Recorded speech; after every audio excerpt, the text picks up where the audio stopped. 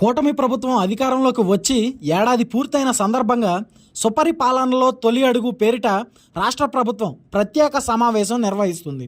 సోమవారం సాయంత్రం 4 గంటలకు రాజధాని అమరావతిలో వెలగపూడి సచివాలయం వెనుక భాగంలో ఏర్పాటు చేసిన ప్రత్యేక వేదికపై ఈ కార్యక్రమం జరగనుంది. టీడీపీ కూటమి ప్రభుత్వం ఏర్పడి సంవత్సరం గడిచినందున జూన్ 12వ తేదీన ఈ భేటీ నిర్వహించాలని భావించిన అహ్మదాబాద్ సమీపంలో ఘోర విమాన ప్రమాదం దృష్ట్యా వాయిదా వేశారు.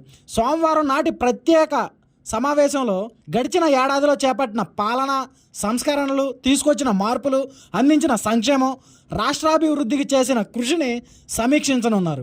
వచ్చే 4 ఏళ్లలో ప్రజల ఆంక్షలను నెరవేర్చడంతో పాటు అభివృద్ధి లక్ష్యాలను ఎలా సాధించాలన్న అంశంపై ప్రధానంగా దృష్టి పెడతారు. ఈ కార్యక్రమానికి మంత్రులు, కార్యదర్శులు, విభాగాధిపతులు, ఎంపీలు, ఎమ్మెల్యేలు, అన్ని జిల్లాల కలెక్టర్లు హాజరు కానున్నట్లు తెలిపారు.